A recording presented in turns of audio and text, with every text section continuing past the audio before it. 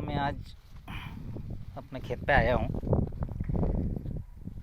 Soybean भी 12-15 रोज से पानी नहीं गिर रहा था, लेकिन 2 दिन से अच्छी बारिश हुई है और अभी तक तो सोयाबीन की फसल बहुत अच्छी है।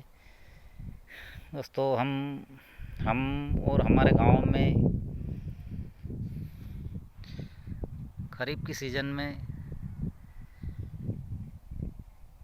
सोयाबीन की फसल ही लगाते हैं और दूसरी फसल नहीं लगाने के पीछे एक कारण भी है कि आप लोगों को अगर दिखता होगा तो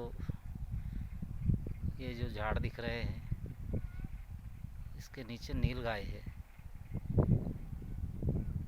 ये यहाँ तो अभी 2-3 दिख रही है, लेकिन 50-50 और 60-60 के झुंड में गाय आती है ये,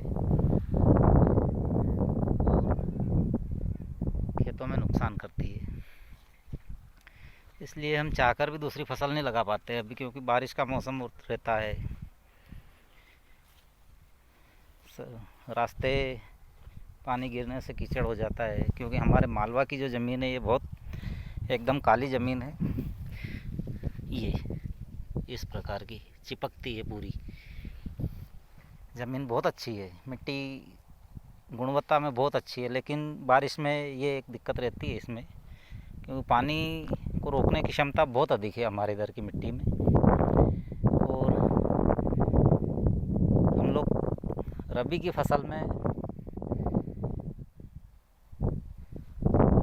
सभी तरह की फसलों का उत्पादन लेते हैं। उसमें औषधि फसल भी रहती है, मसाला फसल भी होती है, और गेहूँ है, चना है, मटर है। करीब करीब उद्यानिकी की फसलें भी लेते हैं। जैसे हमारे अमरूद हुए, बेर हुई और आम है, ऐसी कई प्रकार के फलों की खेती हमारे इधर की जाती है।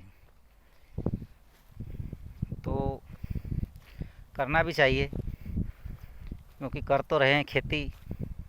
जो फसल में ज़्यादा पैसा बनता है वो लगाना चाहिए, और खेती में जितना मन लगा के काम करते हैं उतना फ़ायदा भी होता है।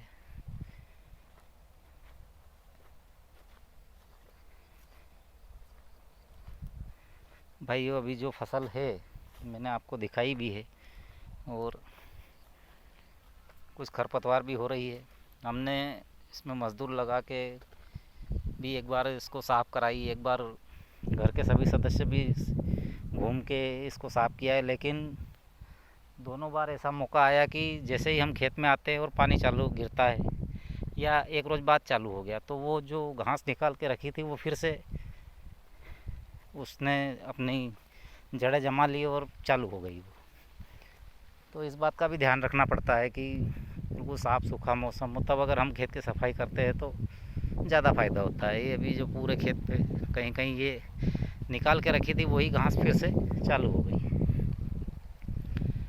तो अब मैं आपको अपना जो कुआं है वो दिखाऊंगा, लेकिन थोड़ा दूर है, तो मैं फिर से आपको ले चलूँगा कुएं पे।